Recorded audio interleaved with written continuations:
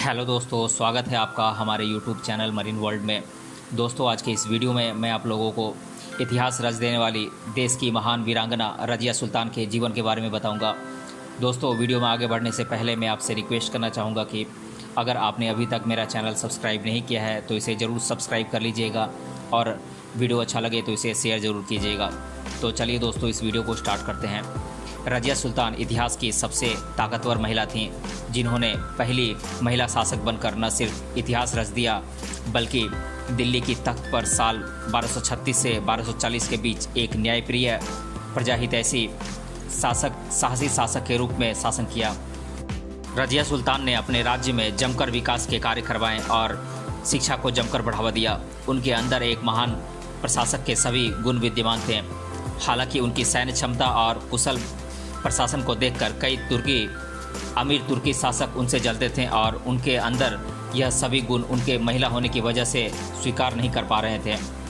इसके अलावा रज़िया सुल्तान को रूढ़िवादी मुस्लिम समाज द्वारा भी काफ़ी आलोचना सहना पड़ा था। दरअसल जिस समय इस्लाम धर्म की महिलाएं पर्दा प्रथा में रहकर घर की चारदीवारी के अंदर रहती थीं, उस दौरान रज़िया सुल्तान ने मर्दाना लिबास पहनकर रूढ़िवादी इस्लामिक सोच पर प्रहार किया था। तमाम संघर्षों के बावजूद भी रज़िया सुल्तान ने दिल्ली की तख्त पर बैठकर शानो शौकत के साथ शासन किया और दिल्ली सल्तनत की पहली मुस्लिम शासक बनकर इतिहास रचा था। तो आइए जानते हैं इतिहास की सबसे साहसी और वीर शासिका रज़िया सुल्तान के जीवन से जुड़ी कुछ खास और महत्वपूर्ण बातें। इनका पूरा नाम था जलालात-उद-दीन रज़िया और इनका जन्म हुआ था 1205 में बदायूं में। और इनकी माता का नाम था कुतुब बेगम और इनके पिता का नाम था शमसुद्दीन इल्तुतमिश। इनके पति का नाम था मलिक अल्तुनिया और इनकी मृत्यु हुई थी 13 अक्टूबर 1240 में। अब हम रज़िया सुल्तान के जन्म और इनके परिवार और शिक्षा और शुरुआती जीवन के बारे में जान लेते हैं।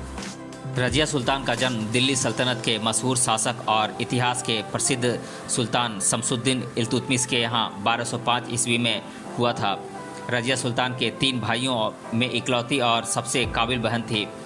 रज़िया सुल्तान का बचपन का नाम हफ्सा मोइन था, लेकिन सभी उसे रज़िया कहकर पुकारते थे। उनके पिता इल्तुतमिश ने रज़िया सुल्तान की प्रतिभा को बचपन में ही भांप लिया था और उन्हें भी अपने बेटों की तरह ही परवरिश दी थी। उन्होंने शुरू से ही रज़िया सुल्तान को सैन्य प्रशिक्षण दिया और उसके अंदर एक कुशल प्रशासक बनने के सभी गुण विकसित किए थे और वे अपने बेटी को मैदान में ले जाकर एक वीर सैनिक की तरह युद्ध अभ्यास भी करवाते थे, जिसकी वजह से रज़िया सुल्तान बेहद कम उम्र में ही एक साहसी वीर योद्धा की तरह तलवारबाजी और घुड़सवारी में निपुण हो गई थी। रज़िया सुल्तान के पिता इल्तुतमिश ने पहले ही अपनी बेटी के कुशल सैन्य प्रशिक्षण को देखते हुए उन्हें अपना उत्तराधिकारी बनाने की घोषणा करके इतिहास रच दिया था। हालांकि दिल्ली के तख्त पर बैठना रज़िया सुल्तान के लिए इतना आसान नहीं था। दरअसल 1236 ईस्वी में उनके पिता की मौत के बाद मुस्लिम समुदाय ने एक महिला को सुल्तान के रूप में स्वीकार करने से मना कर दिया था और रज़िया के भाई रुखुद्दीन फिरोज को दिल्ली के राज सिंहासन पर बिठा दिया था। लेकिन रुखुद्दीन फिरोज एक मूर्ख और अक्षम शासक साबित हुआ, जिसके बाद रज़िया की मां को गद्दी सौंप दी गई।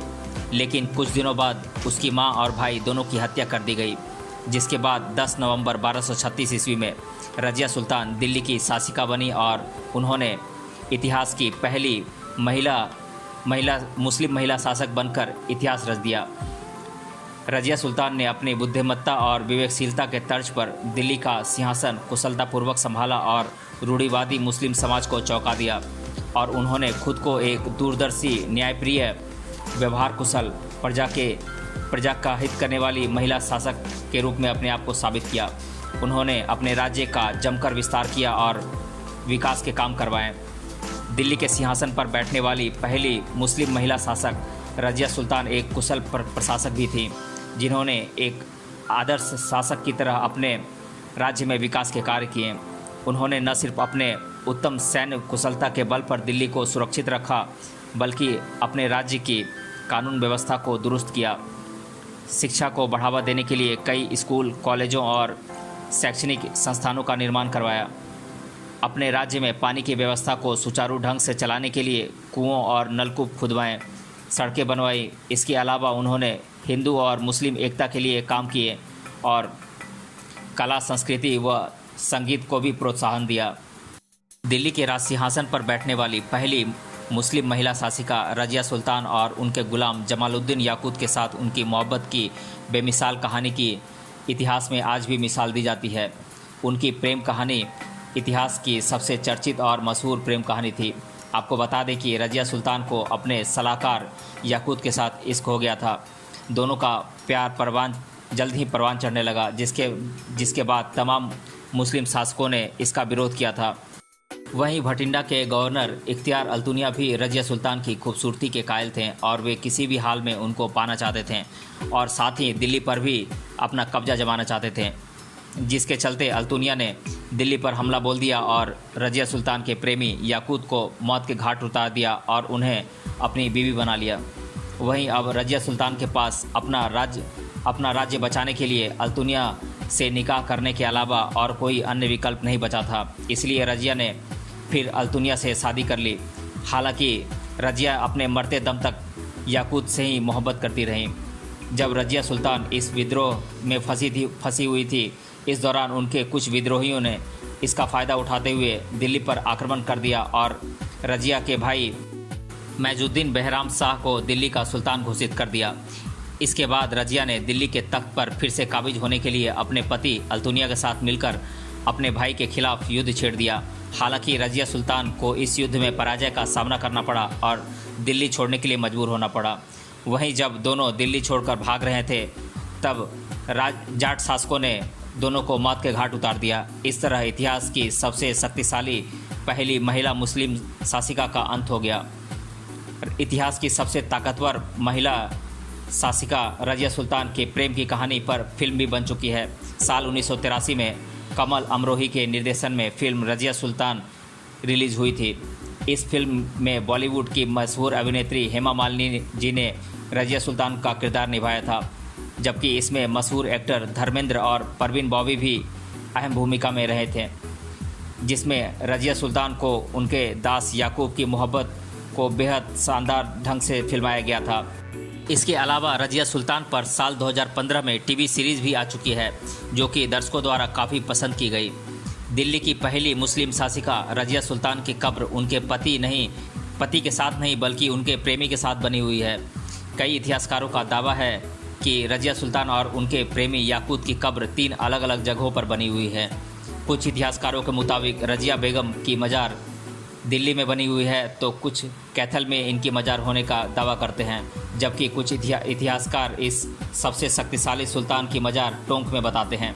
हालांकि इसके कोई पुख्ता प्रमाण अभी तक ज्ञात नहीं हुए हैं, लेकिन रजिया सुल्तान के साथ उनके प्रेमी याकूत की कब्र होने के कई पुख्ता सबूत मिले हैं। अब हम रजिया सुल्तान के पतन के मुख्य कारणों के बारे में जान लेते हैं। तो पहला कारण है रजिया सुल्तान द्वारा अमीरों को नियंत्रण में रखना।